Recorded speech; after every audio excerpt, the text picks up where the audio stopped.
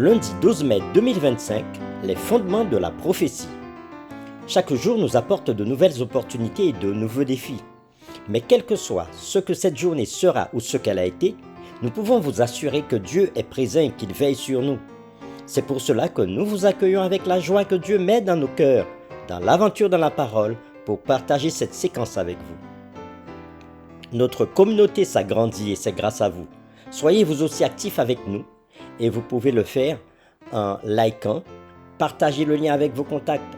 Nous vous invitons à vous abonner si ce n'est pas encore fait pour recevoir les notifications chaque jour et pour un confort d'écoute en continu, nous vous proposons la playlist chaque semaine. Le texte à mémoriser que nous vous invitons à dire avec nous se trouve dans Ésaïe chapitre 6, le verset 8. J'entendis la voix du Seigneur disant « Qui enverrai-je et qui marchera pour nous ?» Je répondis « Me voici, envoie-moi. » Nous vous invitons à le redire avec nous. Ésaïe chapitre 6, le verset 8. J'entendis la voix du Seigneur disant « Qui enverrai-je et qui marchera pour nous ?» Je répondis « Me voici, envoie-moi. » L'être humain est-il capable de rivaliser avec la sainteté de Dieu? Par quels moyens pouvons-nous nous approcher de Dieu? Les réflexions de cette semaine nous aident à répondre à ces questions et aujourd'hui nous le faisons avec la séquence « Les deux chérubins ». Dès que nos premiers parents furent expulsés du jardin, Dieu offrit l'espérance du Messie à l'humanité dans Genèse chapitre 3, le verset 15. Puis, il établit un symbole puissant aux portes de l'Éden, deux chérubins avec une lumière brillante entre eux.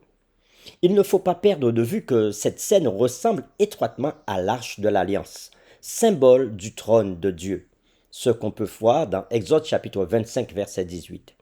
Nous vous invitons à lire Genèse chapitre 3, versets 21 à 24, et nous répondrons à la question suivante. Quelle tâche fut confiée aux chérubins et pourquoi?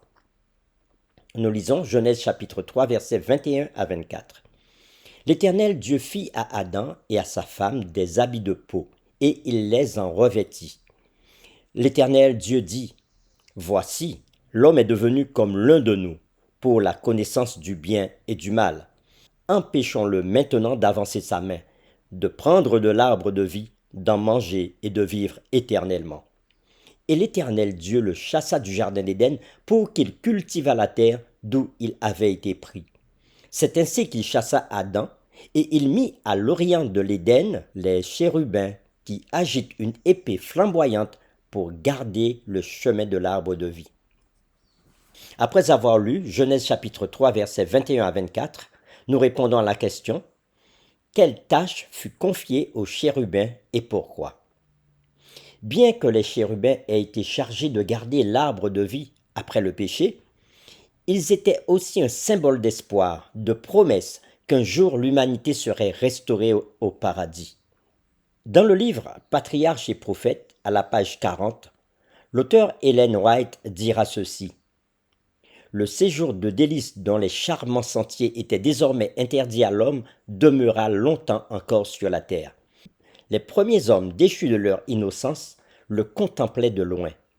C'est la porte de l'incomparable jardin fermé par la présence des gardiens angéliques et où se révélait la gloire de Dieu qu'Adam et ses fils venaient adorer le Créateur et renouveler leurs vœux d'obéissance. Plus tard, lorsque la marée montante de l'iniquité eut envahi le monde et que la malice des hommes fut menacée par le déluge dévastateur, la main qui avait planté l'Éden le retira de dessus la terre, mais il lui sera rendu, plus glorieux encore, lors du rétablissement final, quand apparaîtront un ciel nouveau et une terre nouvelle. Fin de citation. Le mot employé dans Genèse chapitre 3, verset 24 est également intéressant. La Bible indique que Dieu plaça les chérubins à l'est de l'Éden et le mot hébreu utilisé est shakan, qui est la racine du mot tabernacle où la présence de Dieu demeurait parmi son peuple. Bien que le terme courant Shekinah pour désigner la présence de Dieu n'apparaisse pas dans la Bible, il est également basé sur ce mot souvent traduit par tabernacle. Une traduction littérale de shakan pourrait être « Dieu a tabernaclé les chérubins à l'est du jardin d'Éden ». Dans la Bible, les chérubins sont associés à la présence de Dieu. On peut le voir dans 1 Chronique chapitre 13 verset 6, Psaume 80 verset 1er, Ésaïe 37 verset 16. Oui, les chérubins sont associés à la présence de Dieu, en particulier à son trône qui est l'endroit où son nom est proclamé. Nous ne devrions pas manquer de remarquer que les 24 anciens au trône de Dieu dans l'Apocalypse chapitre 4 et 5 chantent ses louanges et déclarent son droit de régner en tant que créateur de toutes choses. Et on peut le voir dans Apocalypse chapitre 4, le verset 11. Cela peut nous aider à comprendre la scène de la salle du trône et notre rôle en tant que pécheurs pardonnés en relation avec notre Créateur. Nous vous invitons à prier avec nous. Seigneur, aujourd'hui, nous avons pu, à travers l'étude, comprendre que c'est toi qui as placé les chérubins à l'est du jardin pour le garder. Mais ces chérubins étaient aussi le gage que toi-même tu t'engageais à sauver l'homme du péché. Dans le tabernacle israélite, sur le couvercle du coffre, il y avait représenté 2 chérubins. Et c'est là que ta présence se manifestait. Seigneur, nous croyons aussi que ta présence se manifeste aujourd'hui dans la vie de ceux qui croient en toi.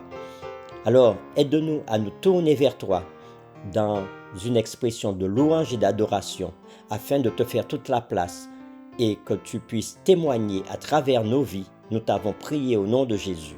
Amen.